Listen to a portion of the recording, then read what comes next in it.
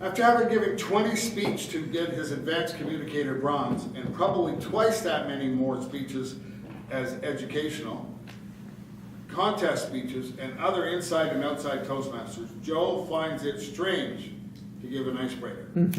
With an icebreaker titled Chaps, Drywall, and Programs, please help me welcome Joe Bricker.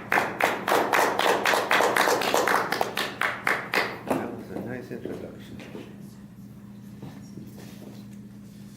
Chaps, motorcycle chaps, drywall, and program. What do they have in common? Nothing. Well, they're all things I've done for a living. Mr. Toastmaster, fellow Toastmasters, I've done many different jobs in my life, and some of them I've done very, very well, some not so well. And I thought it would be interesting for this icebreaker to tell you about them. I grew up on the farm, so obviously that was my first jobs, helping on the farm and the farmers around our farm. Throwing bales of hay around I did very, very well. Taking care of animals, not so well. And that's why I went into electronics. After I graduated, I worked for a company called K.O. Mayer, and we repaired computers. Computers in those days were not those little boxes that you have under your desk. They were wall units. And our biggest customer was a little company that you might know of, the Ottawa Citizen newspaper. We were fixing their mainframe downstairs that took care of all the typesetting, and they had 4 of those wall units. I did pretty good. After a year, I was being put responsible of the team whenever the manager was away. Nonetheless, I moved on. Went to a company called Dynamics. We did state-of-the-art hands-free telephone system. Things that we have on our phone now. I started as a technician. At the end of the week, I was the lead hand of the test department. 6 months later, I was a supervisor of the test department. I'd say I did very well.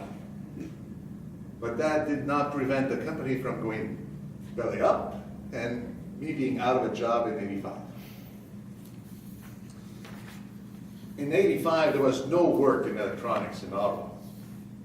The number of companies had closed. But that wasn't a problem. My brother, a drywaller, was looking for a new partner. I'll volunteer, I'll try that. So I became a drywaller. We were not the fastest team. Like a lot of the different teams were doing houses in half our time. But at the end of the year, during winter, when they had to let go, most of the team, we were always the very last team to be let go. And we got all the huge mansion that had to be done perfectly. I'd say I've done that one pretty good. Then came the opportunity to buy a business with my sister. A leather good business.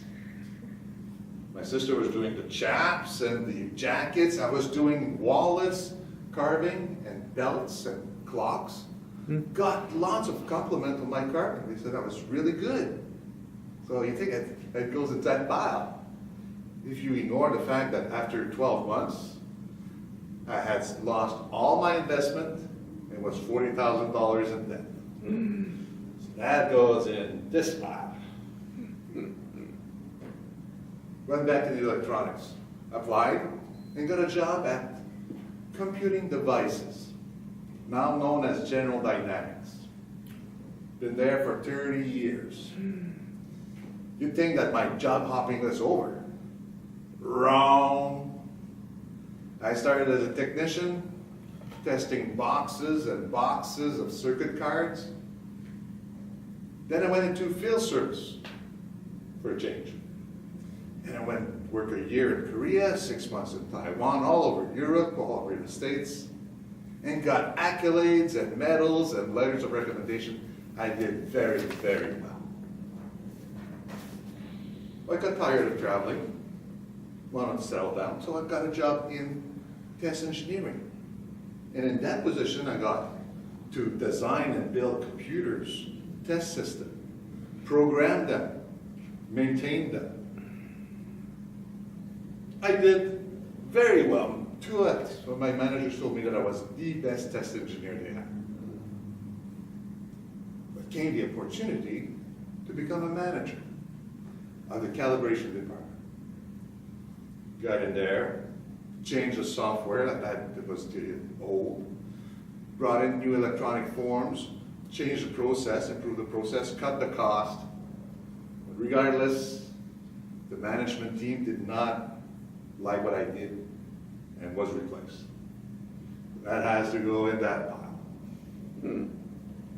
I'm back as a test engineer for now. What's next? I don't know, but I hope it's something new, something different, something I'll enjoy, and something that's going to go in this pile. Toastmaster.